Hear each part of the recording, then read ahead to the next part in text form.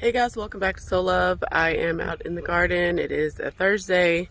I am making a few trellises for my cucumbers. So I just wanted to do a quick video and show you how I'm going to do that. I am growing them out of different pots, and I was thinking at first that I was going to let them spill out the pots and experiment with just letting them crawl on the ground and grow cucumbers that way, but I know that it's kind of a one-way ticket to disease and, pests and things like that. So let me show you what I'm doing here. So here's one I put together. This is actually an old easel that we were getting rid of. Found some at my, that were being thrown away. So I have 3 of those. And then I have these long sticks down here that I'm going to use. So the easel structures, I guess, have a nail at the top, which you can see, and all I did was just unscrew the little wing nut there and then extended the legs down, and then I added the twine going around. So I'd like to allow the cucumber to kind of spill down first and then start crawling up, just so I can maximize a little bit more of that growing space. So I have 1, 2, 3 that I'm going to put together just using string, and then I'll make the other 2 easels, the same way I did this one.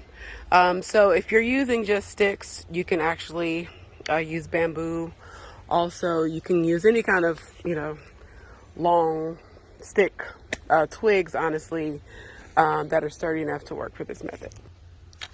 All right, so what I'm going to do is I'm just using hemp cord also to start this off. I'm going to cut quite a long piece, maybe about 2 arms length, just to start off. You can always tie more on if you need to. Oh, making sure I was recording. So what I'm going to do is start this around here, just tying a knot. And this is ideally the top.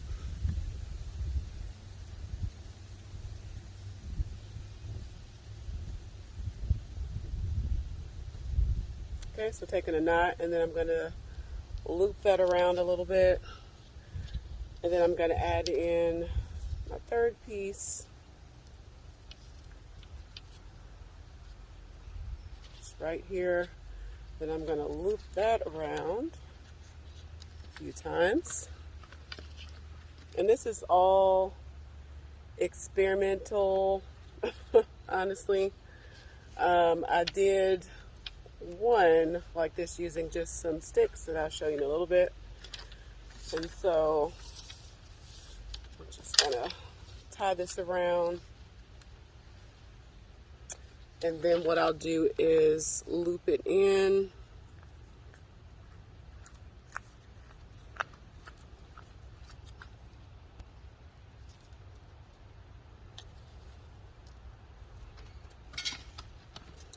Loop it in there just to start tying it off or ending it. What I probably could have done is left another piece out on the other end. But this should just work fine. Just doing a few loops back through. Let's see if I can get right here. Okay, I'm just gonna leave it like that. Okay, now.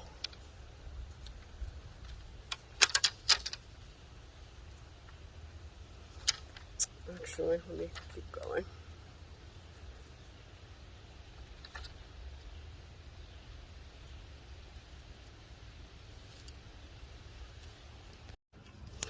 Okay, so I've looped it pretty much all the way to the end. What I'm going to do is come back around and tie a little knot on this loose part here so it doesn't come apart. One thing I probably could have done was left a little piece out. Would have made that little part a little bit easier, but that's nice and taut. So now I have these 3 pieces that I can open up here. Right, and I have the start of my TP trellis. It's going to be a long one, a tall one. So my next step is to figure out where I want it to go, and I'm going to put this one right here, and I'm going to make 3 holes in the ground for the legs to go in, and then I'm going to bury them back with this red clay dirt. So before you just start digging, you definitely want to, figure out how wide you want your trellis to go, and then make your marks or your holes in the ground where you want them to extend. So I'm going to try and do this one-handed. I'm going to make another one here.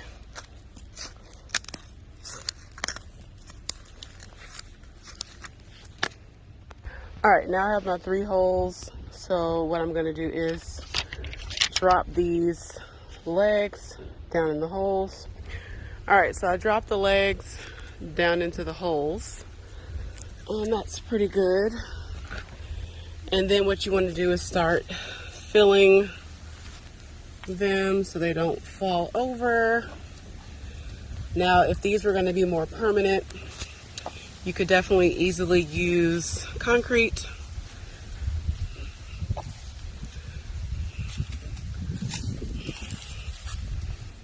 All right, that's pretty good. What you could also do, especially if you're in clay, a clay area like me, you could add some water into the hole and then kind of just press it down just to compress it so it won't move. But that's pretty good. I am going to take my foot and just kind of stomp it in a little bit. All right, now I'm going to start with the twine, and I'm going to start wrapping it around here so I can get a nice area started for this to climb up. So I'm doing this one-handed, but all I did was tie a knot, looked like a tick or something. I started a knot on one, and I went around and around and looped the other one and around, and I just kept going, right? And then I kept adding string when I started running out. All right, so I have tied a knot, and what I'm going to do is come around. I have quite a bit of string, so I'm going to take some of that up, going around. All right, so I have a loop there, and I'm going to come around here.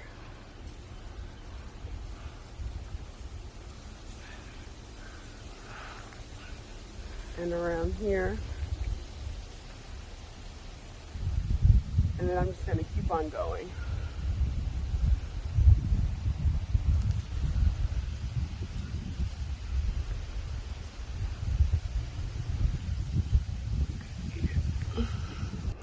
So just showing what I have so far. That's in focus. I've finished the first string, so all I'm going to do here is make a knot, and then I'm going to attach a new piece of string. All right, so I have that one completed. Happy about that. I might go in and just kind of adjust some of the strings a little bit, like just kind of pull the tension up and then tie it off. But overall, I'm okay with it. The purpose of it again is to allow my cucumbers to climb up, or have something to climb up, just because I ran out of arches in the garden, and then I planted way more cucumbers than I thought I had. So I'll keep you posted on how things grow and how this does. But I definitely wouldn't put like heavy things on here like pumpkins and your heavier squashes.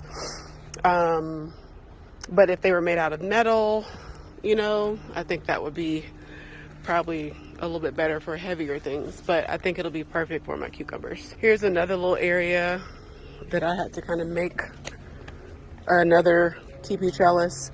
So these are those green garden sticks right here. I planted some blonde-eyed beans. I think that's how you say it. They're these purple, I thought were bush beans, but ended up being pole beans. So I had to kind of come up with something real quick. But I think it's kind of cool, you know, right there on the end of the garden bed. These are all peppers right here. So kind of cool. Keep in mind that beans do emit a lot of nitrogen into the soil, which peppers definitely love. So I'll definitely keep you posted on how it goes. One final thing I'm going to add are these. I'm going to hammer these into the ground, one on each side, and tie some string to it so it doesn't blow over in the wind. So I tied that there, and then I'm going to tie that to the knot there. So I'm going to do that on all 3 legs. For extra measure, what I'm going to do is take this extra string and loop it around, which should help stabilize these guys. So just gonna go back through, loop around. All right. And I'll just, sorry, it's a little blurry. There we go. And I'll just keep going up. So again, that's to help stabilize. So hopefully this was helpful. Again, I'll do some updates on how it goes throughout the garden season, but I'm expecting it to go well. Fingers crossed. So I hope you're doing well. I definitely see you in the next video. Happy gardening, guys.